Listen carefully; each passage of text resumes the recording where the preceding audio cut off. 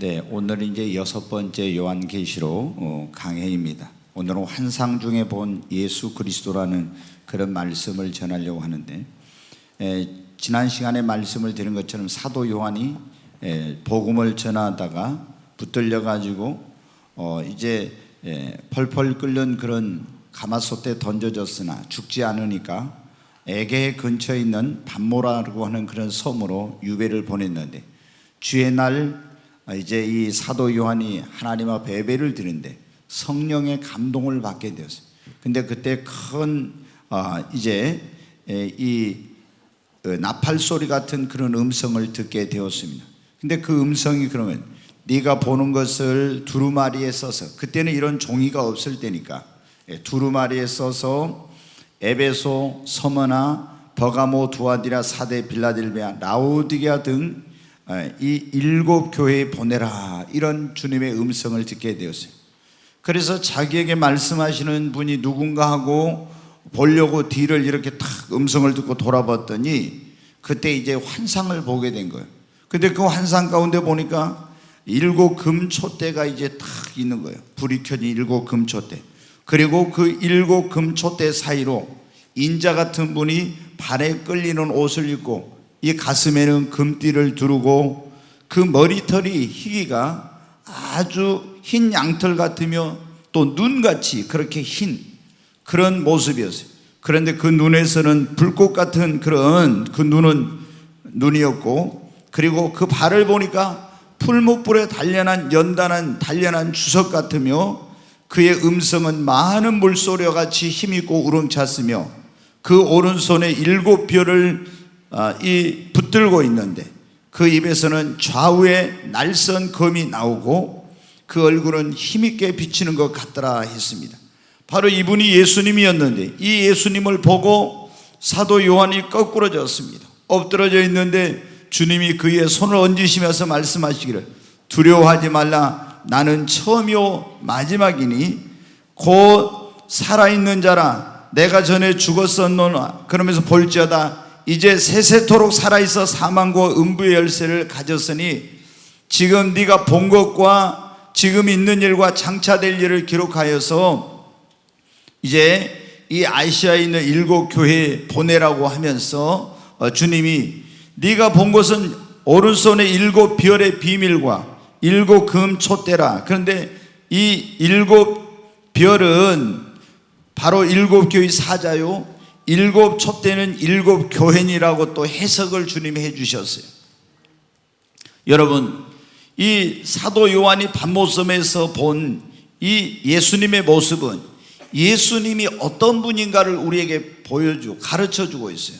그분이 어떤 분인가, 그리고 예수님은 어떤 사역을 하시는지를 이것을 통해서 이제 사도 요한을 통해서 아시아의 7교회 그리고 장차 이 편지를 읽게 될 모든 사람들에게 예수님이 누구인가, 예수님은 어떤 분인가, 그것을 말씀해 주신 것입니다. 그러면 여러분 이제 먼저 이 말씀을 오늘 하나하나 살펴볼 건데요, 사도 요한이 환상 가운데 본 예수님의 모습 어떠했습니까? 첫 번째 보니까 7 금초대를 보았다겠죠. 그런데 그 금초대 사이에 인자 같은 이가 발에 끌리는 옷을 입고 거닐고 있었어요. 여러분,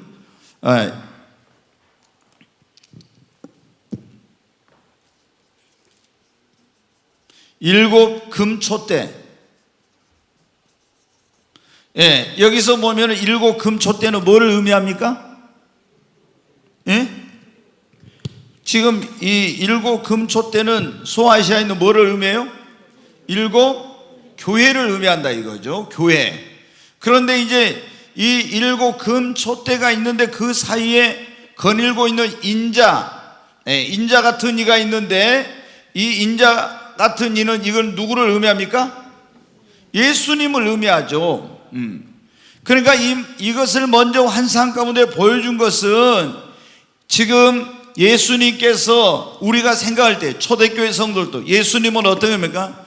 우리를 2000년 전에 이 땅에 구원하기 위해 오셔서 십자가를 지시고 피 흘려 죽으시고 우리를 구원하기 위한 구속의 사역을 완성한 다음에 하늘로 구름을 타고 성천에 가셨습니다. 그러니까 우리 성도들의 마음속에 교회, 초대교회 성도들도 마찬가지로 어떻습니까? 예수님은 항상 어디 계신다? 하늘에 계신다. 하나님 보좌 우편에 항상 계신다고 이런 생각을 하고 있는 거예요. 그런데 예수님께서 사도 요한에게 환상 가운데 7 촛대를 보여주면서 이 7 촛대는 아시아 7 교회라고 하는데 촛대 사이에 인자가 거닐고 있다는 것은 예수님이 지금 어디에 계시다는 거예요? 하늘에도 계시지만 바로 교회 가운데 지금 주님이 계신다고 하는 것입니다. 굉장히 이게 중요한 거예요. 여러분, 예수님께서 그런 말씀을 하셨잖아요. 두세 사람이 내 이름으로 모인 곳에는 어떻게 한다? 네, 두세 사람이, 우리 잘 아는 말씀 한번 하겠어요. 두세 사람이 내 이름으로 모인 곳에 나도 그들 중에 있느니라, 함께 있느니라 그랬죠. 네, 이것은 뭐냐면은 마태복음 18장은 교회에 대한 하신 말씀이에요. 어떤 사람이, 형제라고 있는 사람이 죄를 범했을 때는 절대 우리는 어떻게 돼요?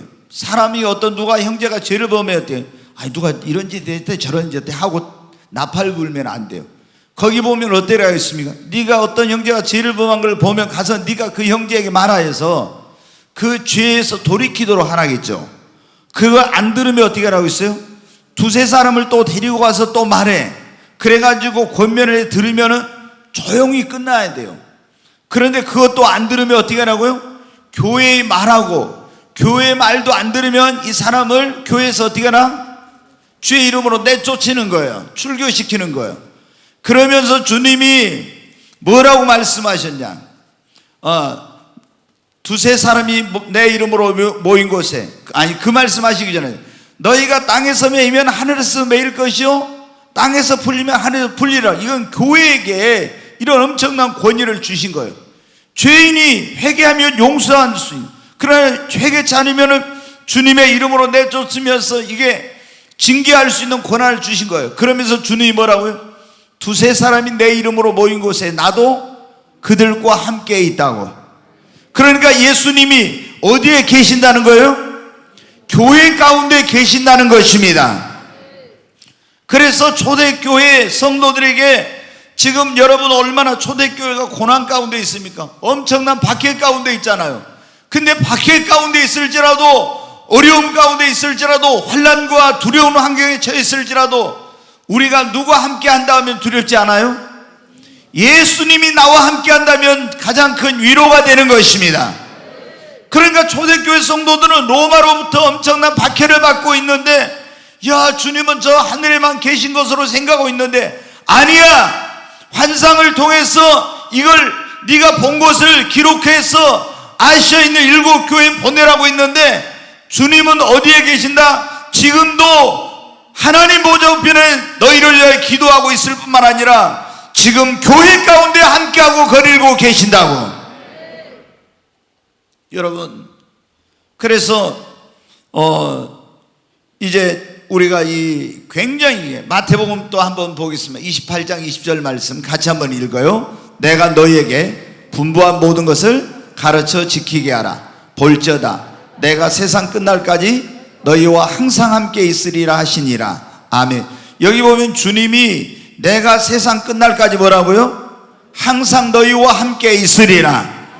그러니까 주님은 하늘로 승천해 가셨지만 지금 주님은 영으로 그분의 교회 가운데 와 계시는 것입니다. 주님이 여러분 우리 교회 가운데 지금 함께하고 계신 걸 믿습니까? 그러면 여러분 생각해 보세요.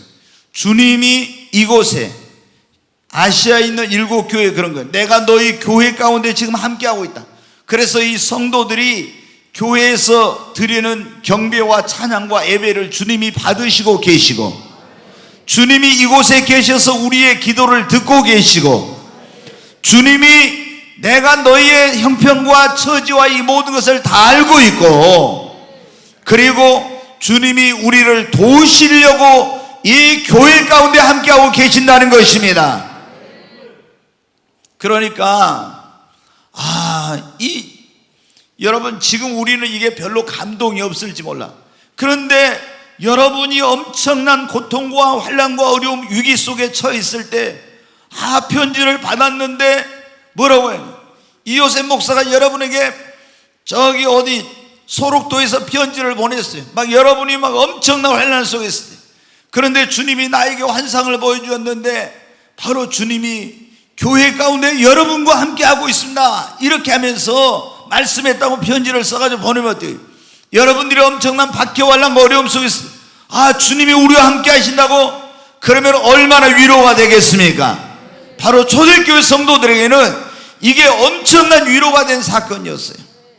여러분, 그런데 주님은 소아시아의 7교회에만 거니시는 분이 아니라 오늘 이 꿈의 교회 가운데도, 이 목포에 있는 모든 교회 가운데도 주님이 함께하고 계심을 믿으시기 바랍니다. 주님은 교회 가운데 계셔서 여러분이 어떻게 살고 있는지, 어떻게 예배하고 있는지, 어떻게 하나님 앞에 봉사하고 헌신하고 있는지 다 보고 계신다는 거예요. 그거를 우리는 그거를 잊어버리고, 아, 주님이 오늘 이 교회 가운데 지금도 거닐고 계시고 나의 드리는 예배와 찬양을 받으시고 내 기도를 들으시고 내가 섬기는 거, 헌신한 거, 봉사하는 거 다 보고 계시고, 이걸 인식하면 여러분 어때요? 우리의 삶이 얼마나 많은 변화가 있겠어요. 근데 너무나 많은 사람들이 예수님은 저 구말리 장천 하늘에 계시고 여기에는 주님이 계시지 않는다고 생각을 하고 있기 때문에, 그러기 때문에 여러분, 우리의 삶이 마음대로 제멋대로 삶을 살게 되고 또 우리가 죄를 짓게 되고, 그리고 하나님을 섬기고 경외하는 이런 것이 제대로 안 되어 있는 거예요. 여러분, 가장 중요한 것은 뭡니까? 우리가 항상 코람데오 신앙이라고 하죠. 주님 앞에서, 여러분, 오늘 우리가 이 주님이 주님의 몸된 교회에 함께하고 계심을 믿으시고 우리 주님 앞에서 사는 저와 여러분이 되십시다. 두 번째로 예수님이 보니까, 첫째 이제 금초대 사이에 거니시는 주님의 모습이었어요. 두 번째는 초대 사이에 거니시는데 인자 같은 이가 뭐를요? 발에 끌리는 뭐를? 끌리는 옷을 입었다 이거예요. 발에 끌리는 옷을 입으셨대요. 이게 뭐냐? 사도 요한은 금방 알았어요. 왜? 유대인이니까. 여러분, 이게 뭐냐면은 보니까 예수님이 뭘 입고 있냐면 대제사장의 옷을 입고 있는 거예요. 대제사장의 에봇을 입고 있는 거예요. 딱 이거 보니까 예수님이 옷을 입었는데, 이렇게 보니까 발에 끌리는 옷을 입고 대제사장의 옷을 입었어요. 이 말씀은 예수님이 어떤 분이시라는 거예요? 하나님과 우리 사이의 유일한 중보자가 되시는 대제사장이시라는 겁니다. 아멘. 여러분, 대제사장이 무슨 일을 하냐? 그러면 이제 제사장이 있고 대제사장 있잖아요. 대제사장은 첫째 이제 이스라엘 온 민족을 하나님 앞에 대표해. 그래서 대신해 가지고 뭐를 하냐면은, 이 대제사장이 하는 일이 크게 4가지가 있는데, 민족의 대표로서 이 사람은 첫째 뭐냐면은 속죄하는 그런 속죄제를 드리고 죄를 속하는 그런 일을 여러분이요. 성경에 보면은 7월 10일이 이스라엘에게는 대속죄일이라는 그런 날이 있어요. 그날은 전부 금식하면서 온 백성이 다 자기의 죄를 회개하는 날이에요.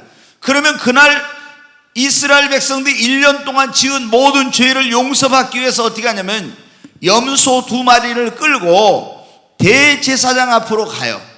그럼 대제사장 앞으로 가면은, 자, 염소 2마리를 여기 불러내겠어요. 여기 염소 2마리 빨리 나오세요.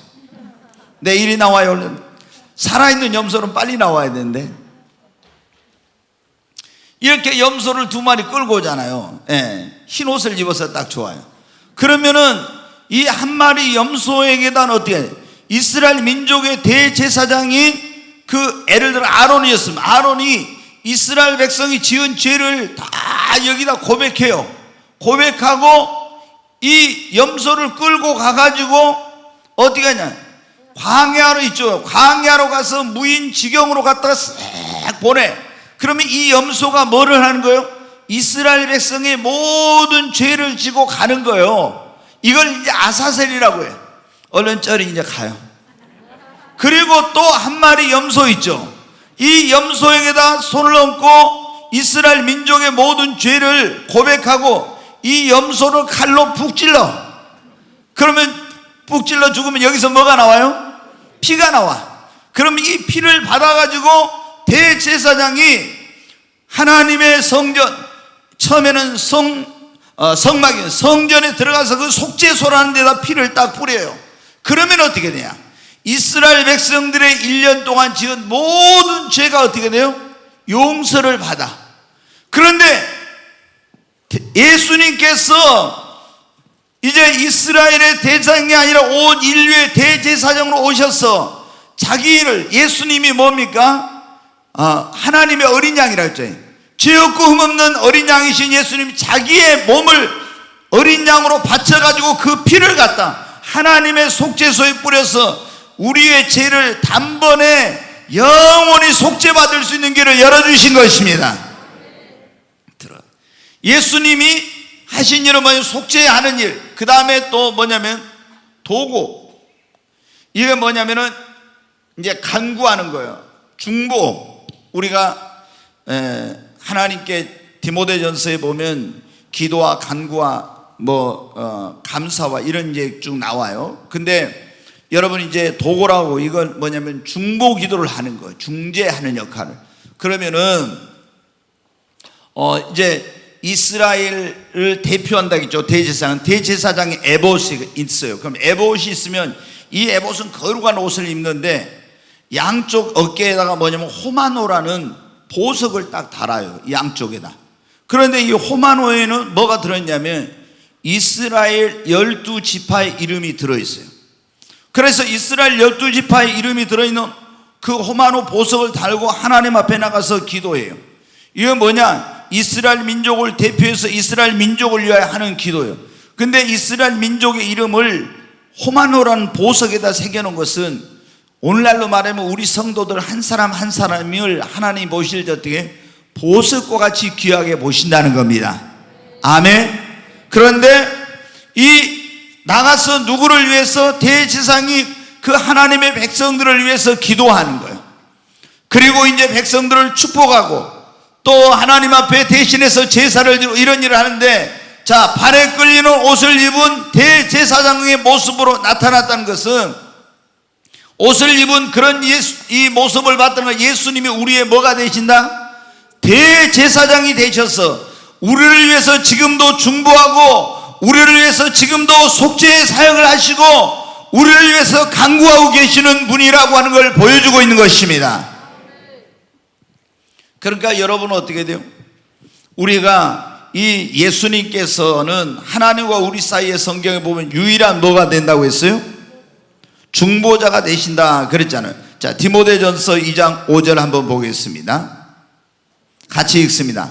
하나님은 한 분이시오 또 하나님과 사람 사이에 중보자도 한 분이시니 그 사람이신 그리스도 예수라. 여기 보면 하나님 한 분이시오. 하나님과 사람 사이의 중보자도 한 분이에요. 여러분, 하나님과 우리 사이에 죄로 막혀있던 우리 사이에 그 담을 헐어버리고 하나님과 우리 사이를 중보해 주실 수 있는 분은 누구 한 분밖에 없어요? 예수님 한 분밖에 없습니다. 그리스도 예수님밖에 없는 거예요. 여러분, 석가모니나 공자나 마호메트나 안 되는 거 누구만이 오직 유일한 중보자가 되신다고요? 예수님만입니다. 여러분, 그러니까 이제 그런 분들이, 천주교에 다닌 사람들은 이 죄를 보면 누구한테 가요? 신부한테 가서 고백해. 내가 죄를 지었으면 내가 어떻게 돼요? 주님 앞에 회개해야지, 주님 앞에. 그런데 이 천주교는 어떻게 하면 자기가 주님 앞에 죄를 고백하는 게 아니에요. 고해성 사람을 죄를 고백한 걸 신부 앞에 가서 해야 돼. 그리고 그러면은 신부가 누구에게 기도를 해요?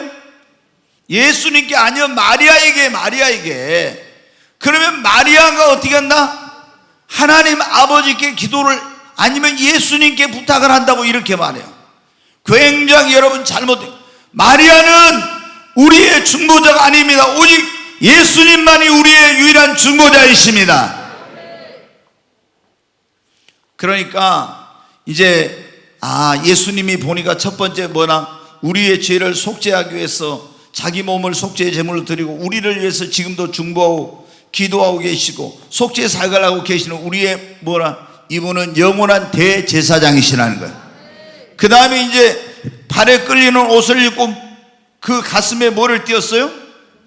금띠를 띄었다는 금띠. 여러분, 금은 권위와 위엄의 상징이에요. 그래서 옛날부터 왕들은 머리에다 뭐를 썼어요? 금관을 썼죠. 그냥 왕관이 아니라 금관을 써요. 왕관을 쓸 때 금관을 써. 금으로 만든. 그게 뭐냐면은 왕의 권위와 위엄을 상징해. 그 다음에 이 사람들이 허리에다 뭐를 둘러요? 왕들이 금띠를 둘러. 자기가 왕이라는 그게 증거예요. 그러면 예수님께서 이 발에 끌리는 대제사장의 옷을 입고 그 다음에 가슴에 금띠를 띠셨는데 이거는 예수님이 뭐라는 거예요? 만왕의 왕이시라는 겁니다. 아멘. 그러니까 초대교회 성도들은 어떻게 했냐? 로마의 황제가 세상을 지배하고 다스리니까 세상을 그냥 쥐락펴락 하는 거예요. 자기 마음대로. 그런데 예수님 모습을 사도 요한에게 환상 가운데 보여주시면서 예수님이 뭐라고요? 만왕의 왕이시라고 말씀해 주시고 있는 거예요. 세상을 주관하고 통치한 이가 누구다? 로마 황제가 아니라 이 온 세상을 지배하고 통치하는 분은 예수 그리스도시다. 그러니까 지금 여기 보니까 이 금초대 사이에 항상 교회 가운데 함께 하시는 예수님은 우리의 대제사장으로서 우리를 위해 속죄하시고 도구하시는 그런 분이요, 또 그분은 만왕의 왕이시며 만주의 주로서 세상을 지배하고 다스리고 주관하고 통치하시는 분이 바로 예수님이시라는 겁니다. 여러분, 그래서 예수님은 마땅히 우리의 여러분 어때요? 그 왕이신 그분은 우리의 경배와 찬양과 영광을 받기에 합당하신 그런 분인 것입니다. 그러니까 로마에 있는 성도들은 로마 황제가 막 죽이고 살리고 막 이런 걸 다 하는 것 같으니까 그 권세와 위엄에 눌려서 두려워하고 있는데 초대교회 성도들에게 금띠를 띠고 있는 주님의 모습을 통해서 만왕의 왕은 이 예수님이시다. 그러니까 너희는 세상 권세를 뭐하지 마라? 두려워하지 말아라. 내가 로마 황제도 주관하고 있고 이 온 세상을 지배하고 다스리고 있는 내가 만왕의 왕이며 만주의 주시라는 것입니다. 그리고 이제 금띠를 띠고 그 다음에 이제 뭐를 보았습니까? 그 다음에 보니까 이제 14절 거기 보세요. 다시 한번 보겠어요. 그의 머리털의 희기가 흰 양털 같고 눈 같으며 그랬죠. 여기 이제 보면은 그의 머리털은 희기가 흰 양털 같고 눈같이 하얀 눈같이 이래. 그것은 그분의 여기서 보여준 건 순결하심, 거룩하심. 그 눈은 불꽃 같고 이것은 뭐냐면 불꽃 같은 눈으로 모든 것을 살펴보시고 다 아시는 그런 분이라는 거예요. 그 다음에 이제 15절 보겠습니다. 그의 발은 풀무에 단련한 빛난 주석 같고 이것은 심판하시는 분이라는 것. 그의 음성은 많은 물소리 같으며 이것은 우렁찬 것을 말하는데 그분의 위엄을 상징하고 있는 것입니다. 이 말씀을 종합적으로 살펴보면은 뭐냐? 그 머리털은 흰 양털 같고 눈 같으며 그리고 그 눈은 불꽃 같고 그 발은 풀무에 달려는 빛난 주석 같고 그의 음성은 많은 물소리 같으며 이것은 뭐냐면은 순결하시고 거룩하시며 모든 것을 불꽃 같은 눈으로 살피시는 그분은 이 세상의 심판주가 되신다고 하시는 말씀인 것입니다. 여러분, 그러니까 자 여기 보면 예수님은 교회 가운데 거하시는 주님은 우리의 뭐가 돼요? 대제사장이 되시며 그분은 세상을 다스리고 주관하시는 만왕의 왕이시며 그분은 장차 세상을 공의로 심판하실 뭐가 되신다? 심판주가 되시는 분이라는 거예요. 아멘. 네, 주님이 모든 것을 여러분 심판하십니다. 네, 그래서 이제 여기 우리 성도들은 항상 그걸 기억해야 돼요. 순결하시고 거룩하신 그분 앞에 불꽃 같은 눈으로 우리의 모든 것, 심장과 폐부까지 살피시는 그분 앞에, 아무것도 숨길 수 없는 그분 앞에 주님이 다 보고 계신다. 교회 가운데, 세상 가운데 있는 걸 다 보고 계신 그분 앞에 우리도 가서 심판을 받게 된다. 그러므로 그 하나님을 의식하면서, 심판주 되신 주님을 의식하면서 그 주님 앞에 부끄러움 없는 삶을 살라고 보여주고 계신 것입니다. 그 다음에 그 오른손에는 뭐가 있습니까? 오른손에 뭐가 있어요? 네.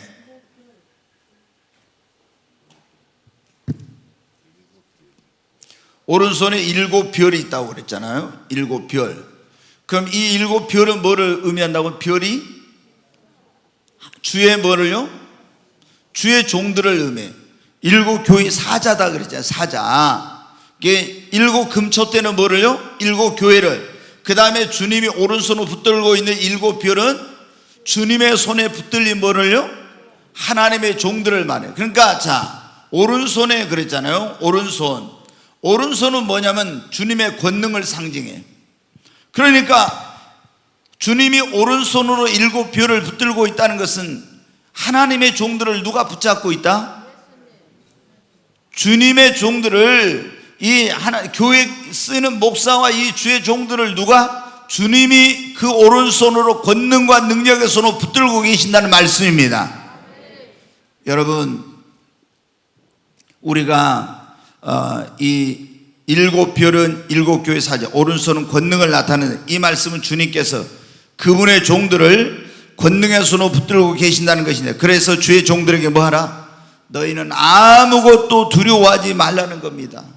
말씀을 전할 때, 사역을 할 때, 진리를 선포할 때, 불의를 책망할 때 두려워하지 말아라. 내가 너희를 나의 권능과 능력의 손으로 붙들고 있으니 아무도 너희를 해하지 못할 것이요, 내 허락이 없이는 아무도 너희를 어떻게 할 수 없으니, 주의 종들에게 강하고 담대한 심령으로 말씀을 전하고 진리를 선포하고 복음을 전하고 주님의 일을 담대한 심령으로 하라는 것입니다.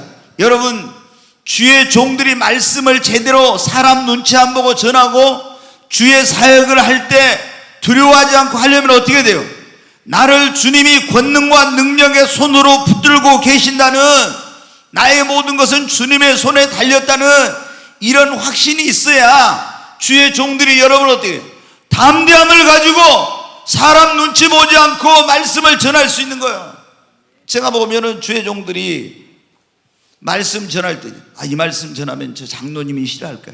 이 말씀 전하면 저 집사님이 나를 또 뭐 할까? 이래가지고 있잖아요. 사람 눈치 보면서 말씀을, 사람의 비율을 맞춰가지고 전하는 주의 종들이 얼마나 많은지 몰라. 사역을 할 때도 당의 눈치 슬슬 보면서 이렇게 하고 싶은데 하나님이 이렇게 하는데, 장로님들 당에 아니면 성도들 눈치 보면서 못하는 이런 사람, 내가 이런 말씀을 전하면은 사람들이 싫어할 거야, 세상에서 비판을 받을 거야, 죄를 책망하면, 여기 우리나라는 그런 게 없으니까 미국에 여러분 죄를 굉장히 책망하면서 회개를 외치는 그런 목사님 어떻게 돼? 여기 강대상 앞에다 어때? 방탄 유리를 해놨어요. 왜? 하도 그 목사님 죄를 책망하니까 미국은 총을 자유롭게 소지하잖아요. 그럼 언제 총에 맞아서 죽을지 모르니까 하도 죽인다고 이렇게 하니까 딱 와서 들어보니까 설교하는데 어떻게 돼요? 자기 죄 짓고 왔는데 목사님 막 죄에 대해 설교한 거예요. 그래서 저놈을 죽여야 되겠다. 이 자동 소총으로 쏴서 죽여야 돼. 그래서 여기다가 딱 죄를 맨날 책망하는 그런 목사님 여기다 방탄 유리를 해놨어요. 근데 여러분 어떻게 돼요? 오늘날 얼마나 많은 사람들이 주의 종들이 여러분 어떻게 해요? 왜 담대하게 말씀을 전하지 못해? 왜 담대하게 잘못됐다는 걸 잘못됐다고 말하지 못하고 책망하지 못하고, 왜 진리를 바르게 선포하지 못하고, 왜 사역을 할 때 사람 눈치 보고 사람의 비율을 맞춰서 합니까? 주님이 그 7별들 주의 종들을 그분의 권능과 능력의 손으로 붙들고 계신다는 이런 확신이 없기 때문에 사람 눈치 보고, 세상의 눈치 보고, 당의 눈치 보고, 노예 눈치 보고 이런 눈치를 보면서 여러분 사역을 하고 있는 거예요. 무릇 진정한 하나님의 종이라면 나의 살고 죽는 것, 나의 모든 것은 그 권능과 능력의 손으로 주님이 나를 붙들고 계신다는 것을 믿고, 여러분 우리는 사람이나 세상이나 어떤 그런 것들 눈치 보지 말고 오직 하나님 한 분의 눈치만 보면서 주의 종들은 강하고 담대하게 주의 말씀을 여러분 전해야 되는 거예요. 여러분 그렇지 않고 오늘 보면 너무나 저는 제가 좀 속이 상했던 게 뭐예요? 예전에 어떤 교회 다니던 집사님 부부가 저희 교회로 왔어요.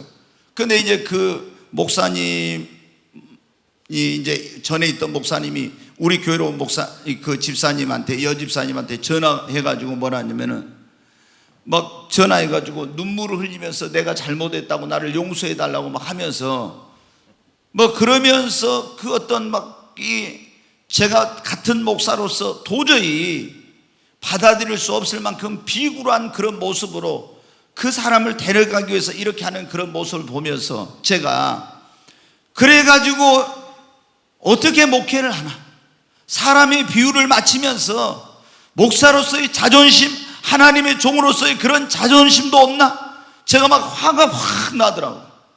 근데 이런 사람들이 여러분 한둘이 아니야. 왜 주의 종들이 왜 사람의 비유를 맞추, 왜 주의 종들이 사람의 눈치를 보고 그러면서 말씀을 전하고, 여러분 이게 지금 초대교회 소아시아 7교회 사자들에게 편지를 이거 보내라고 했잖아요. 그 주님이 오른손에 7별을, 오른손에 붙들고 있는 7별은 7교회 사자라고 했잖아요. 근데 오른손은 뭡니까? 주님의 권능을 상징해 오른손은. 그래서 그분의 권능과 능력의 손으로 내가 너희를 붙들고 있으니 너희는 세상을 두려워하지 말고 권세도 두려워하지 말고 사람을 두려워하지 말고 환난도 핍박도 두려워하지 말고 담대하게 복음을 전하고 하나님의 말씀을 선포하고 불의한 것을 책망하고 이렇게 사역을 하라는 겁니다. 죄 지었을 때 여러분 어떻게 돼요? 그런 죄를 지으면 안 돼요. 이렇게 책망하는 목사가 바른 목사지, 죄 지었는데 아무 소리도 안 하는 그 사람이 여러분 올바른 목사이겠어요? 여러분이 한번 생각해 봐요. 여러분 자녀가 못된 짓을 해. 그러면 어떻게 돼요? 내가 사랑하는 자식이기 때문에 부모는 어떻게 돼요? 이놈의 자식아 하면서 책망하고 나무라죠. 근데 사생자는 어떻게 돼요? 내비도 내 자식이 아니니까. 진짜 사랑하는 부모는 아이고 그래 죄 지었는데 잘했다 이래요. 이거는 자식을 망치는 거예요. 여러분 그래서 우리가 정말 여기 주의 종들이 있지만은 주의 종들은 오직 하나님 한 분만 눈치 보고 정말 하나님이 기뻐하시는 그런 사역을 해야 됩니다. 우리 예수님 믿는 사람들은 담대함이 어디서 나온다고요? 아니 주의 종들은 주님이 권능과 능력의 손으로 나를 붙들고 계신다, 이거를 믿을 때 내가 담대하게 된 거예요. 아멘. 이게 없으면은 총회가 내 모가지를 노예가 내 목을 치고 어디 징계하고 이런 거 생각하면, 그러니까 제가 보면 딱 그러더라고요. 이제 어떤 목사님들은 영적으로 갈급해. 그래가지고 성령의 은사나 성령 충만함이라 이런 성령의 그런 은혜, 능력을 사모했어요. 그래가지고 이제 방언을 받았네. 근데 이제 어떤 교단은 방언을 절대 못하게 하는 그런 그런 교단이 있어요. 그 방언 받아서 영적으로 이렇게 하려니까 그 목사를 딱 시찰해서 불러가지고, 아이 김 목사 들으니까 자네 말이야 무슨 방언하고 이런 거 한다는데 이러면서 있잖아요. 그런 거는 잘못된 거 딱 제재하려고 이렇게. 그러니까 어떻게 돼요? 아니 영성 사역을 하면서 영혼 살리려고 했다가 이런 시찰회나 노예에서 딱 압력을 넣으니까 어떻게 돼요? 꼬리 내리고 있잖아요. 우리 교회는 방언하지 말아라, 조용히 해, 그냥 이런 식으로 가는 목사들이 얼마나 많은지 몰라. 그러면 이게 여러분 어떻게 돼요? 그러니까 영혼 살리는 일을 못하는 거야. 하나님의 눈치만 보고 주님의 그런 어떤 그 권능과 능력을 받아서 주의를 해야 되는데 이런 거 두려워하니까 안 되는 거예요. 여러분 우리는 주의 종들이든지 아니면 성도님들이든지 모두가 다 오직 주님이 나를 붙들고 계신다는 걸 믿고 주님의 눈치만 보고, 여러분, 나의 모든 것은 주님의 손에 달려 있습니다. 그 다음에 이제 여기 보면은 주님의 입에서 뭐가 나온다겠어요? 같이 읽습니다. 그의 오른손에 7 별이 있고 그의 입에서 좌우에 날성 검이 나오고. 주님의 입에서 좌우에 뭐가 나와요? 이렇게 날성 검이 나온대.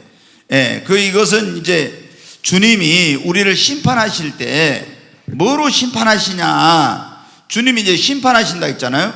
심판하실 때 뭐로 심판하신다는 거예요? 뭐로? 말씀으로 심판하신다는, 말씀으로. 그러니까 여러분, 에베소 6장 17절에 보면 그런 말씀이에요. 구원의 토가 성령의 검, 곧 뭐를 가지라? 하나님. 성령의 검 그랬죠. 하나님의 말씀을 뭐라고요? 검이라고 했잖아요. 검. 근데 예수님 입에서 뭐가 나왔어요? 좌우에 날성 검이 나왔잖아요. 검이. 자, 더 이제 히브리서 4장 12절 말씀 보겠어요.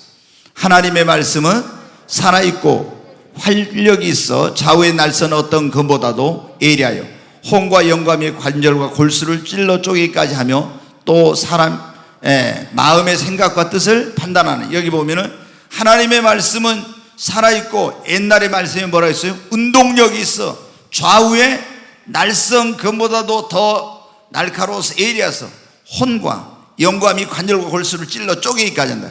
그러니까 하나님의 말씀을 보니까 뭐라고나 했어요? 여기서 검과 같다 그랬죠. 검. 근데 주님의 입에서 검이 나왔다, 좌우에. 이것은 진짜로 칼이 나온 게 아니라 뭐를 말해요? 주님의 말씀을 말해요. 그럼 주님이 심판자로 오셔서 심판하실 때 뭐로 심판하십니까?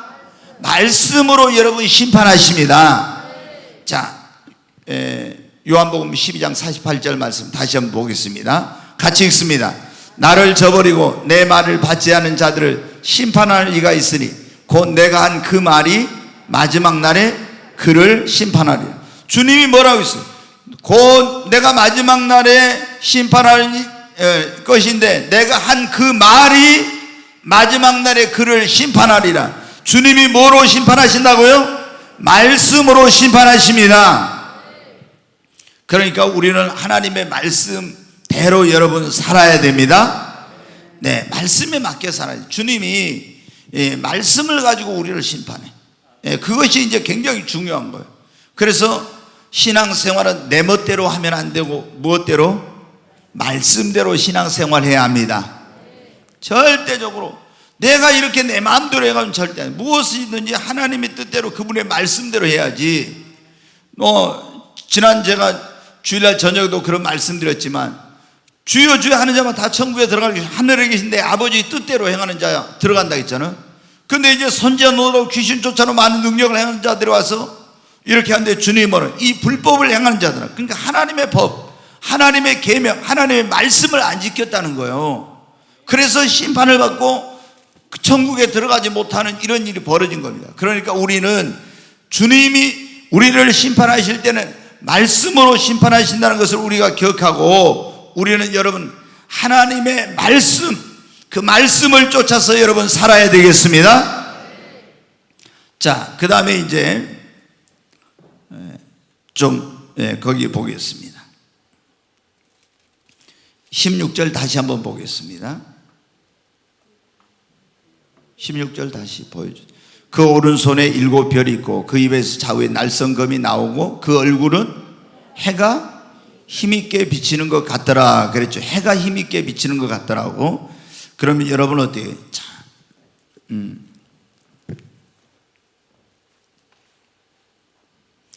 예수님의 얼굴은 해가 힘있게 비치는 것 같아요. 태양 같았다는 거예요. 태양이 비추는 것 같아요. 여러분, 우리가 어두운 곳에 태양이 떠오르면 어두움이 물러가죠. 지금 초대교회 아시아 7교회 편지를 보내면서 이 예수님의 얼굴은 태양과 같았다, 해가 힘있게 비추는 것 같았다 이랬어요. 그럼 지금 초대교회 성도들은 어떻게 했냐? 굉장히 지금 고통과 그런 어려움 속에서 박해를 받으면서 환난을 겪으면서 정말 그들이 어두운 그런 시간을 보내고 있었어요. 그런데 성도들에게 이 사도 요한을 통해서 편지를 보내면서 예수님의 얼굴은 뭐와 같다? 해와 같다. 너희들이 정말 이 고통스럽고 어두울 때 어두운 세상을 비추는 등불처럼 바로 예수님이 우리 인생의 소망이요 우리 인생의 빛이 되신다는 거예요.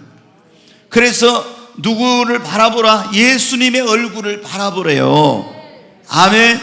여러분, 우리가 살다 보면 정말 어두운 밤 같은 인생의 밤이라는 게 있죠. 또 여러분은 잘 모르겠지만 그런 게 있어요. 영혼의 밤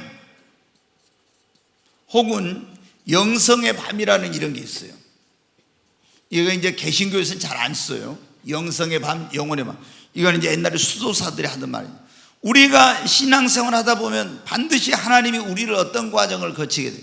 우리 믿음을 성장시키고 우리를 인격적으로 정말 예수님 닮은 사람으로 변화시키기 위해서는 광야라는 과정을 거치게 되죠. 광야.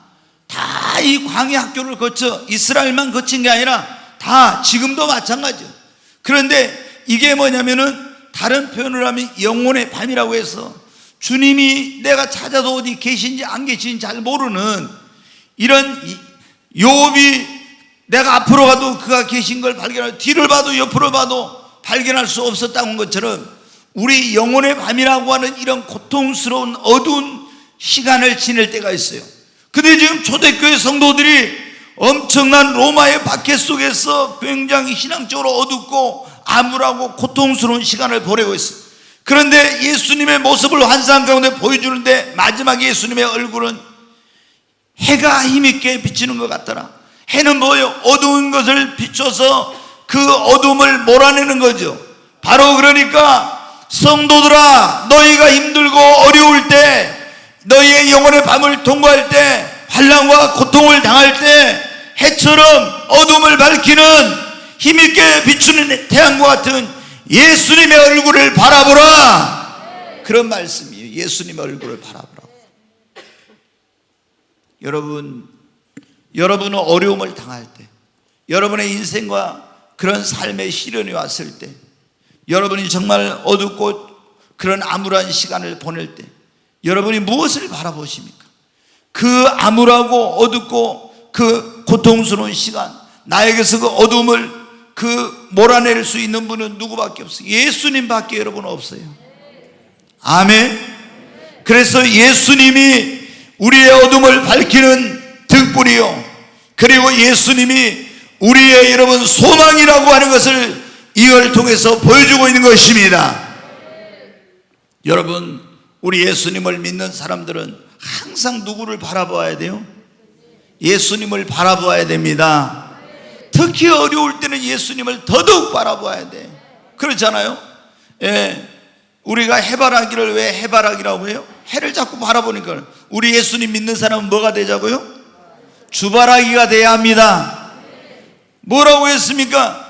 또 믿음의 주 온전케 하시는 예수 그리스도를 바라보라고 했잖아요. 여러분, 예수님만이 우리의 소망이십니다. 예수님만이 우리의 희망이십니다. 예수님만이 우리의 도움이십니다. 예수님만이 우리의 힘이 되십니다.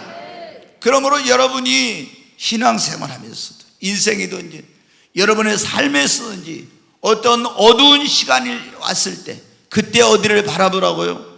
여러분, 힘있게 비추는 해와 같으신 예수님을 바라보라는 것입니다. 자, 여러분 한번 보십시오. 이제 이 초대교회 성도들이 너무너무 엄청난 큰 환난과 고통 가운데 있었잖아요. 그런데 사도 요한에게 환상 가운데 예수님의 모습을 보여줬어요. 그런 그 모습 가운데 첫 번째 보니까 금촛대가 있는 그 사이에 건이 신고 있는 누구의 모습? 예수님. 그러니까 예수님은 저 하늘에 계시는 분이 아니라 지금 환난과 고통을 당하고 있는 너희 가운데 주님은 함께하고 계신다. 그거를 보여주고 있는 거예요.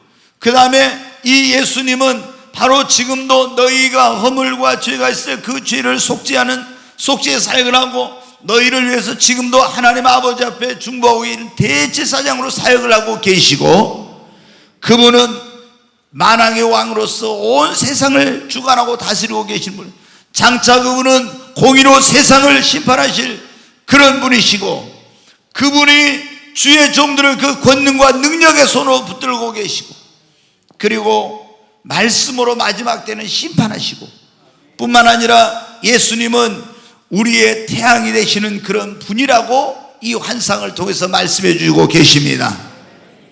여러분, 이 편지를 초대 아시아의 소아시아에 있는 7교회 성도들이 그걸 받아가지고 읽었을 때 어떻게 했어요? 얼마나 이게 위로가 되었는지 몰라. 그러잖아요.